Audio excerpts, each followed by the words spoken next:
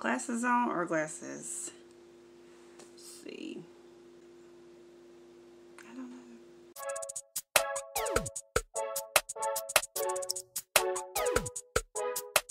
Everybody, welcome back to my channel. If you are new, make sure you click the subscribe button and hit that notification bell so you don't miss any more of my videos. So I am doing VEDS, which is a video every single day in September. So as you can see by the title of this video, I am doing how to be successful on YouTube and why I chose to do YouTube and my goals. First, I'm going to tell y'all why I do YouTube. 3 reasons really why I do YouTube. And the first one is because I enjoy it. It's something fun to do that I do on my spare time. I'm going to go ahead and throw on my goal. My goal is just to be successful on YouTube. To eventually get monetized again, because I was monetized before. Back when YouTube first started, I was monetized. And then I stopped making videos, so they demonetized me. And now they have that requirement to reach 4,000 watch hours and 1,000 subscribers. And as y'all can see, I am not at 1,000 subscribers. I'm only at 500. Thank y'all so much for subscribing. Halfway there with the subscribers anyway. So that's my goal, is to get monetized on YouTube. Second reason why I do YouTube is because it's fun for me. It's fun for me to record videos, edit, and socialize with people on this platform. And it comes into the third reason why I do YouTube is because it's like second nature to me. Back when I was younger, before we even had Wi-Fi, and back when we had DSL, dial-up, AOL, Yahoo Messenger, was all in chat rooms, like MySpace, back in that era. Even before then, I was recording myself. I always had a camera. I always used it to record with my best friends, record myself dancing, us talking about boys, and watching our, reactions, and like dancing to music videos, Little Bow Wow, B2K, all that. I used to do that kind of stuff when I was younger. So when I started YouTube, like for some people that's never been in front of a camera, they're like really shy and quiet, and like it wasn't like that for me because I was so used to being in front of the camera. YouTube is like, I feel like it's a calling for me. Like it's something made for me, from the editing, filming, all that kind of good stuff. Like it's stuff I'm naturally doing. Editing is just so fun to do. It is very, very time consuming. A lot of y'all that aren't YouTubers, that just watch YouTube videos, y'all do not understand what it takes to put these videos out there. Like, it's a lot of work. Like a 10-minute video that y'all see could have originally been like a 30-minute video that I had to cut. You know what I'm saying? It took me like 4 hours to do. And like right now I'm only getting like maybe average like maybe 20 views, 25 views. It's a lot more than where I was, so I am seeing some growth. So I have YouTube to pretty much show the world, because I don't mind showing the world my life. I use YouTube not only to do what I love to do, but to reach out to other people in this world, because I don't have many friends here, and I have never really been outside of my city, out of this state really. So it's nice to connect with other people and know that the things that I go through in my life, whether if it's something people do or don't agree on, that there's other people out there going through the same thing, that have the same views as I do. So it's nice to, it's something I love about YouTube. Like, you can just connect with so many people now. So the only thing I really don't like about YouTube that I can think of really, well, there's like 2 things. Okay, I'm going to say 2. It's the whole copyright thing, which is understandable because people get paid on YouTube. So if you're getting paid for it, you want to use your own work. And if you don't, you want to get permission for it. So that's understandable, but it's kind of annoying, especially if I search for music that's not copyrighted and it ends up getting copyrighted. I'm like, I did all that work editing, and so it's kind of annoying on that part. And then the other thing that hadn't really happened to me yet, which I'm preparing myself for, is those trolls and people that's going to comment and not agree with the things you say and make you feel like you just really want to quit YouTube. I've seen so many people I've watched on YouTube go through that, and I'm a little scared, about that coming. But I am preparing myself for the moment I see that comment, I'm not even going to finish reading that comment. I'm just go ahead and just click. It's gone. Like, I don't want to read the rest of it. I'm going to go ahead and get rid of it. And I'm going to try to thicken my skin a little bit more than what it is right now. Because I know me as a person, I will get sensitive about it depending on what it's about. Okay, so now I'm going to tell y'all how to be successful on YouTube.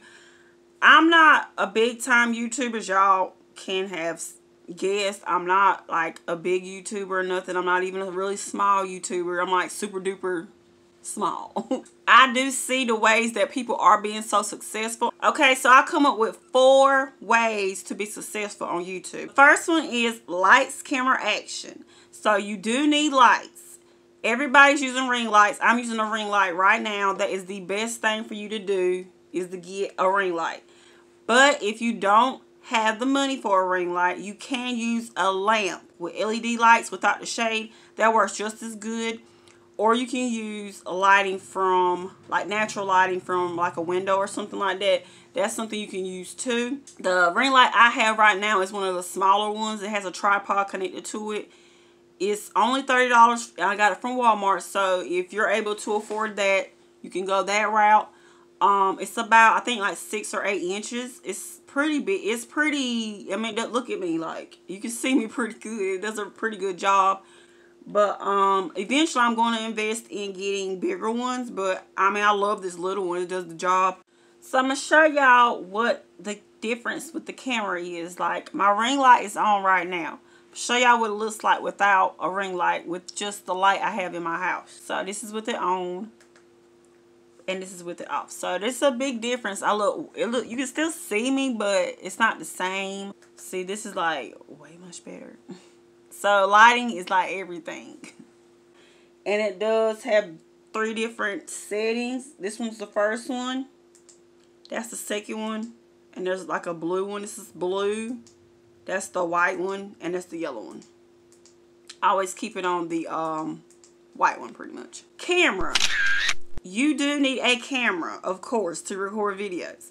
It is completely fine if you do not have a camera. You can use your camera phone. This is exactly what I'm using right now. In my earlier videos on my channel, I was using an actual camera. It is good to have a camera with good quality. You don't want anything that's too grainy. I don't know too many cameras or camera phones that are grainy nowadays. But that's something you do not want. You want to be as clear as you can be. You can have like the best camera, and if you don't have good lighting, your video is not going to show up it's not going to show up that good. It's completely fine, like I said, to use a camera phone, because that is exactly what I'm using. I'm using my Stylo, LG Stylo 5. So action. You're in the video. You do not want to be quiet talking on your camera. You want to be energetic, have personality, be kind of not like loud like you're hollering, but like be loud. Like make your videos interesting, especially if it's a sit down video. Be informative about what you're talking about. Be honest, be truthful, just be you. I mean, if you are a quiet person, I mean, being camera shy, it'll take a couple of tries in front of the camera to get used to it. Especially talking to the camera, it's like kind of weird. Talking to a camera and nobody else is around, or even if somebody's around, it's like kind of hard to do. Because even for me, when Jonathan moved in here, my boyfriend Jonathan, I was kind of embarrassed for him to look at my videos while I was around. I was embarrassed to record myself while he was around, stuff like that. You eventually will get over it. Even being in public, people will stare. Eventually you will get over it. Like it'll come easy, it'll come natural. It just takes some practice, but just don't give up. Make sure you recognize your subscribers. Anytime they comment, make sure you are responding to them. And I mean, they're the ones watching your videos and sharing your videos and getting your name out there as well. So you want to recognize them and appreciate them especially. My second thing is, got your lights, got your camera, and you recorded a video. Now comes the editing. You want to make sure you have a good software, and they have a lot of free softwares. I'm not too familiar with iPhone, but I've heard a lot about iPhones having like apps where you can like edit your videos right there on your phone. The software I use is called Sony Vegas Pro 16.0. That's the version I have, and I've been using that software since well, I was going to say pretty much since I've used YouTube, but that's not true. I was using Windows Movie Maker, really old. I don't think there's nothing wrong with using Windows Movie Maker. That's pretty good. I haven't used it in like over a decade, so I'm not sure what it looks like right now, but that's what I was using originally. And then I switched to Sony Vegas. But yeah, you want to make sure you have a good software. It's good to watch other people's videos, especially those that are really popular, and especially in your niche and the things that you're doing on your YouTube. You want to look at other YouTubers that are doing the same thing that you want to be doing and watch their videos and watch how to edit their videos, what kind of effects and music, and watch how the way they're acting and stuff like that. You want to train yourself. They do have a Creator Academy on YouTube. You can access it on your YouTube Studio. I just recently found out about it, and I've been actually using it myself. It's kind of neat. It's like classes you take to learn YouTube. Get more people to watch your videos when you edit. Make sure you're throwing in sound effects. Make sure you got good music. Make sure the music is not overpowering. Like if you're talking and you have music in the background, make sure it's like lower than your voice. I want them to be able to hear you when you're talking. Use sound effects. Like it's so important to use sound effects and music and transitions from one clip to the next one, stuff like that. YouTube intro and outros, all that kind of stuff plays into you want to keep your audience watching you. You want to keep whoever's watching your video, you want to keep them on there as long as you can. The first 10 seconds of your video matters the most, so you want your YouTube intro not to be that long. You want it to be at least no longer than 5 seconds. Less than that is best. You want to keep up with what's trending on YouTube, so you can jump on that trend train. You know what I'm saying? Trend train. You want to jump on that trend train. Another thing about editing is you want to make your video at least 10 minutes long, because you want to reach that 4,000 watch hours, and it's really hard to achieve, even though you get a whole year to achieve it. The third thing to be successful on YouTube, I call it the 3 T's: thumbnails, titles, and tags. Your thumbnail has to be really attractive. It makes people want to click on it. That's what you want. That's your goal with a thumbnail.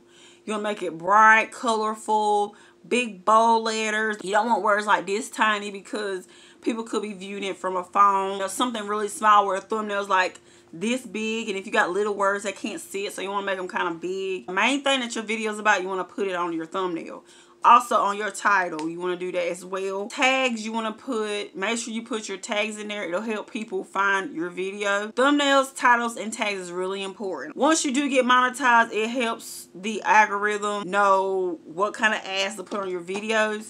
Another thing about the algorithm, I was so lost about what algorithm was. It's basically like a robot. So there's so many YouTubers making videos, and when you post a video, people that work for YouTube, they have to watch your video to make sure it's appropriate and meet their policy and procedures and stuff like that.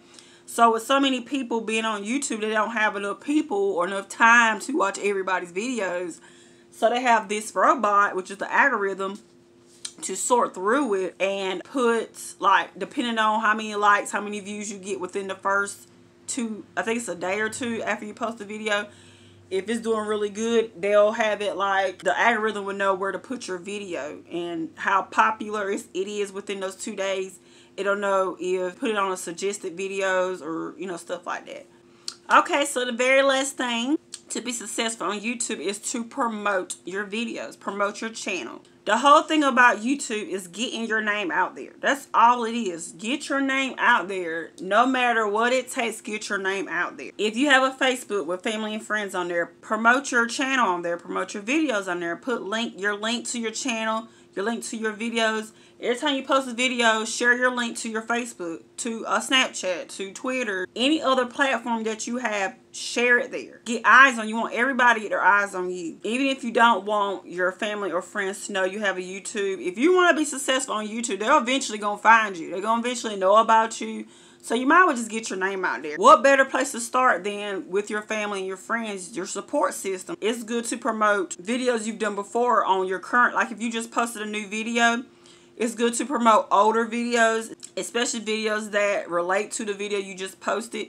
You want to post it on your end screen, your cards. If y'all don't know what cards are, it's like that little thing that pops up it's a card that just pops up and you just click on it. You get your viewers to click on it, another video of yours. Or the end screen, you can have them subscribe or watch 1 or 2 of your videos, or a playlist. Another good way to promote your videos, any person you're subscribed to or any video that you watch, it's good when you leave comments on their videos. Then other people see your comments and they see you and they're like, oh, I want to see, you know, her channel. So that's a good way to promote your channel too, is leaving comments on other people's videos. Now, I do not suggest you go on other people's videos and say, subscribe to my channel or something of that nature, because I feel like that's kind of disrespectful in a way. I wouldn't recommend doing that because you could get your comment blocked. Another way to promote your channel, I don't really recommend it. You can try it if you want to. I've tried it and I don't particularly like it. But I know some YouTubers who have tried and had success with it. In my own opinion, I would not recommend doing it. It's called Sub for Sub. They have groups on Facebook called Sub for Sub. Or what Sub for Sub is you basically putting a link to your channel or a video somewhere that's doing Sub for Sub. You have these other people that will subscribe to your channel if you subscribe to their channel. But the thing about that is everybody is not doing that fairly. A lot of them will have you like take a screenshot to prove that you subscribe to them. The thing about YouTube that I do not like is you cannot see everybody that subscribed to you. Like if their subscriptions is private, you won't see them on your, even if they're subscribed to you, you won't see them. So with Sub for Sub, if somebody subscribes to your channel and they say they subscribe to your channel, even if they sent you a screenshot that they subscribe to your channel. Let's say you have 450 subscribers and you ask that person to subscribe to you and you subscribe to them. You subscribe to them, they say they subscribe to you, and you see that your subscriber count went up from 450 to 451, but then you go do it again to somebody else. Ask somebody else to subscribe to your channel, and then it goes up to 452, and then maybe like an hour or two later you go back and check and you're back down to 450 or you're down a subscriber. So you go and look for if it was one or the other and you don't see neither one of them on there, so you don't even know who it was that unsubscribed to your channel. So I don't really like that, because when that happens, I'll just want to unsubscribe from both of them, like. And I think that's messed up, because one of them was actually being truthful and the other one wasn't, and you don't know who it is. That's the thing I don't like about Sub for Sub. The thing about Sub for Sub is you'll get a lot of subscribers that way probably, but they're not going to be watching your videos. Like, you want people to subscribe to you because they love your content. Keep it as organic as you can. I would not recommend Sub for Sub. So those are my 4 tips on how to be successful on YouTube. I hope y'all found this video helpful. If you did, please give your girl a thumbs up and subscribe for more videos. Thank y'all for watching. Talk to y'all later.